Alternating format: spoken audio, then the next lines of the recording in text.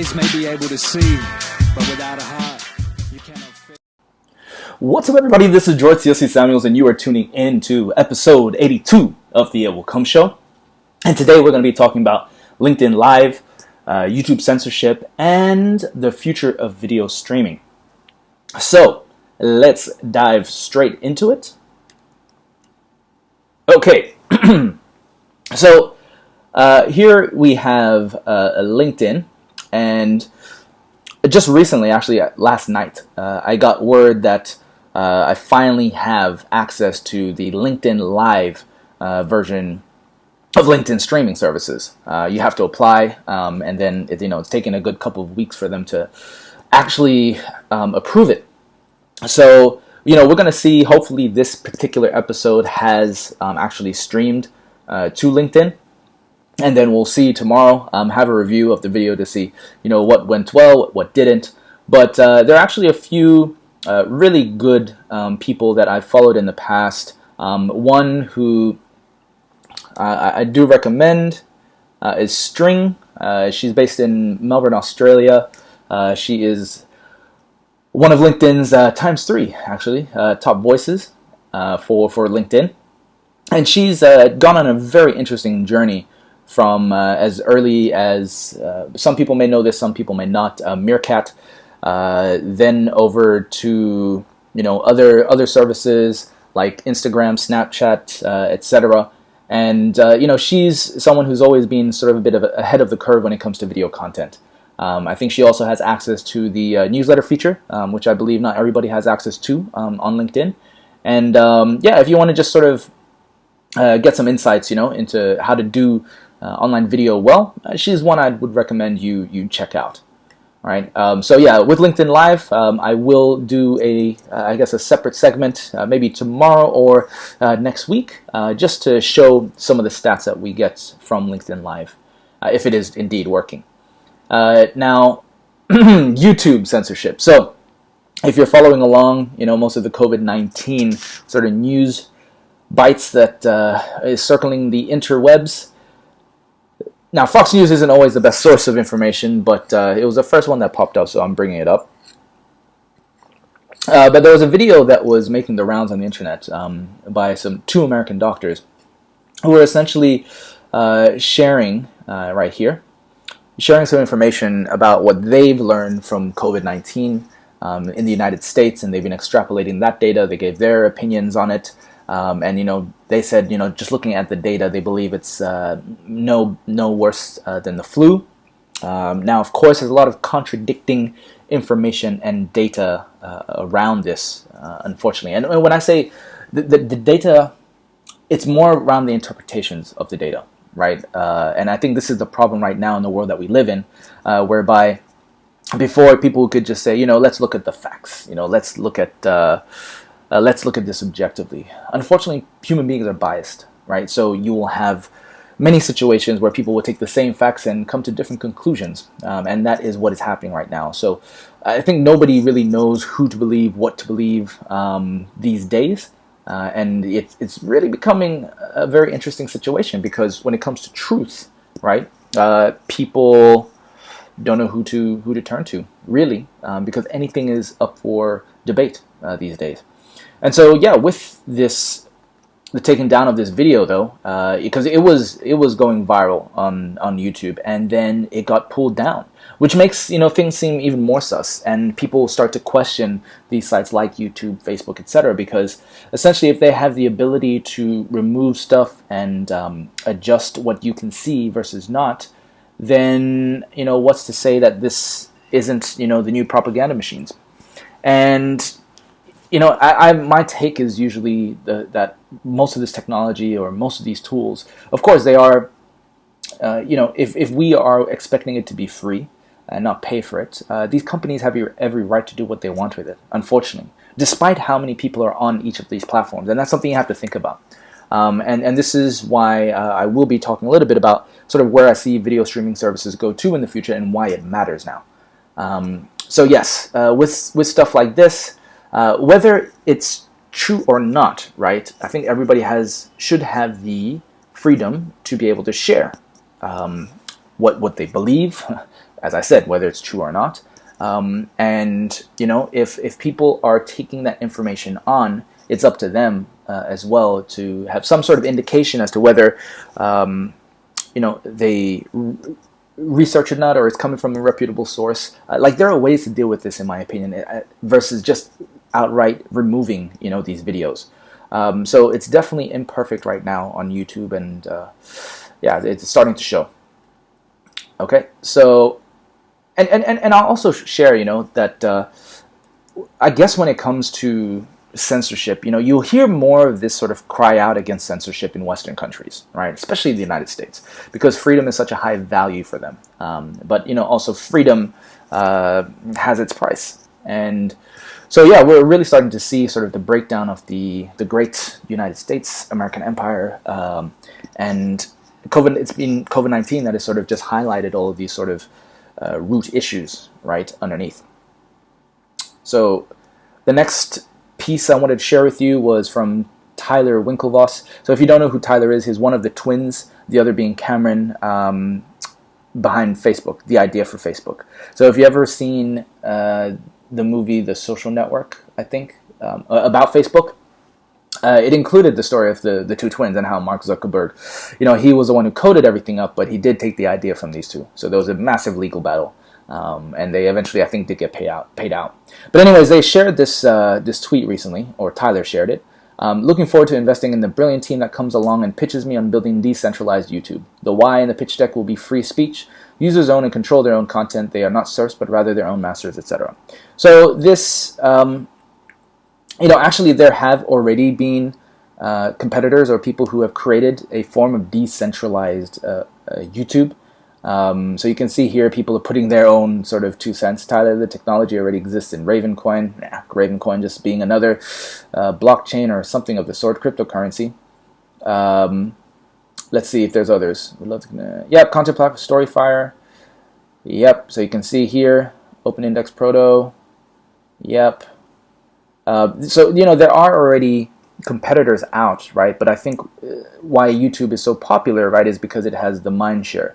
It has the network effect, so everybody knows it, everybody's on it, and it's hard to fight that sometimes. So there really needs to be something that comes along that is markedly better and forces people, to actually make the shift. And I don't think we're there yet, because people are just so used to using YouTube for their video content. There needs to be something that really does break it down. So we'll see. I think during this period though with COVID-19, it's going to happen. So this is just very interesting to see. The reason why I'm showing this is because, as I said, it ties into sort of this cry for censorship resistance, right? And it actually ties in with blockchain, cryptocurrencies, Bitcoin, etc., right? Because underneath all of that, most people know Bitcoin for mooning being like the price of Bitcoin is going to take me to the moon. And people who got onto the Bitcoin bandwagon, most of them came in 2017 for its ability to make quick money. But that's so with deploying censorship resistance, this is one of sort of the value adds for the early Bitcoin community. They, especially those who are part of like the decentralized finance movement, also known as DeFi. The whole thing around decentralization is, to be able to increase censorship resistance, right? Because the sort of cry out of these people is free speech, and they want to be able to be on platforms that don't allow for censorship in general. And YouTube, in terms of their actions with such big videos just being taken down and most people not knowing why, and YouTube not even really giving a statement as to why, people are saying, this isn't right, So, bit of morality, ethics there, and I think it's just going to increase even more as these big companies flex their muscles. Now, to be fair, you have to understand that these companies are under a lot of pressure to do the right thing. The problem is you're going to have, on one side, you'll have people who say, take it down because of their beliefs and opinions. And then another camp who will say, keep it up, because free speech, right? And who do you listen to? And generally, the bigger you get, the more eyes there are on you, and the more regulatory pressures come in as well. So, you do need to take into account it's not that simple as well. And probably, I think, in terms of the algorithms, they haven't been that great. So there's a lot of humans in the background, trying to sort of work with each other to deem whether it is something that should be taken down or not. But yeah. Okay, let's talk about the future of video streaming, right? So we were looking at YouTube, right? Here is one streaming site called Streamanity, and this one is actually based on Bitcoin SV or BSV. And if you're tuning in for the first time and you don't know that I have been involved with the Bitcoin world since 2013, and I've followed it all the way through each of their splits. There are 3 versions of Bitcoin out in the market right now: BTC, which most people know, BCH, and BSV. This one here is built on BSV because it kind of takes on the original protocol of Bitcoin from back in 2008. So 2008, 2009. So here, essentially, what's the difference, right? Streamanity allows you to upload videos. You actually pay to upload videos, or you can pay. And people pay to watch, right, via seconds. And what this means is that, the videos, they get embedded on the Bitcoin blockchain. So that means that if there is any sort of edits or tampering or attempts to take it down, like, it's all recorded and invisible, right? And so here, the content creator can put a price. People can also boost it. So if they do want others to watch it for free, they can actually contribute to this video, right? And that will allow others to watch it for free. But there's payments happening, which means that Streamanity doesn't really dictate whether it's to be watched or not. And also, it means that you don't really need advertising, right? Because people are paying to watch it if they want. So yeah, people can then go and watch this. They pay per second, and it just happens in the background.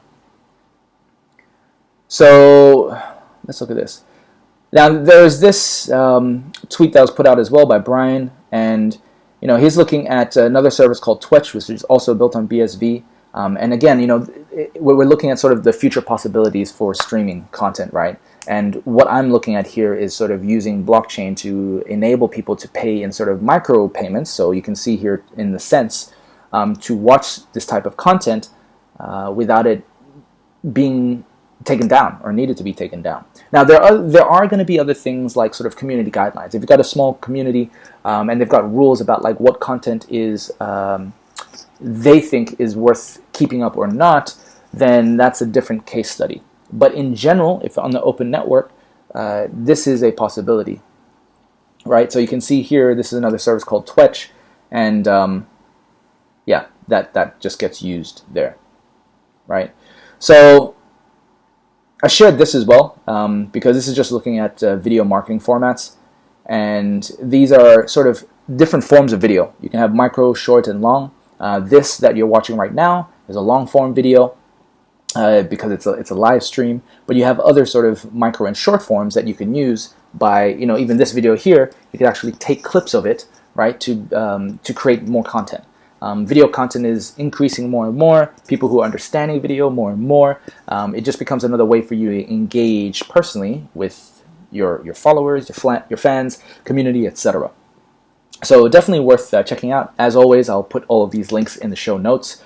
But if you are looking to start producing more content and hopefully meaningful content, you can have a look at these different forms, right? And of course, because we are in April of 2020, if you haven't heard of TikTok, you're probably living under a rock, and that's okay. I'm sharing this with you now. But TikTok is another video platform where a lot of attention is going at this point in time, and for good reason. Those who don't get it usually mock it, right? And they say TikTok is a waste of time, yada, yada, yada. I mean, there's a lot of things in society that we could say are a waste of time, right? But people cannot forget fun and entertainment is an important part of keeping people balanced in an otherwise, hard world for many, right? So, during this time, you're probably going to see a lot more people absorb content from platforms like TikTok and Instagram and YouTube, etc. What I'm starting to see, though, is some really interesting sort of tips from creators coming out in the form of TikTok. It started out as just sort of kids using it to dance along to songs, but now it's becoming a full-fledged marketing machine for businesses who understand it and get it. So I would highly recommend you check it out. Be interesting to apply sort of the blockchain aspects to TikTok, what that would look like, because this is, again, micro content. So yeah, have a look at these different platforms if you are at all interested, in the video space. I'm sharing it because I'm obviously doing this with you, and sort of the secret, or not secret, but like the agenda for me is, in sharing this, I'm able to get my thoughts, philosophies, etc. out to the wider world, and it provides content that other people can come in and watch to get an understanding of, my own personal brand, right? And then if you do this for yourself, you can leverage it in a way whereby you can redirect people's attention to the things that maybe matter a bit more, whether they be professional or not. But the whole idea is that, be you. And don't be afraid to be you, right? Use these platforms and these tools and these technologies to magnify or amplify what you have to share. And don't just always be the consumer, be a creator, provide value. And with that, as always, remember, through patience and persistence, it will come. The eyes may be able to see, but without a heart, you cannot.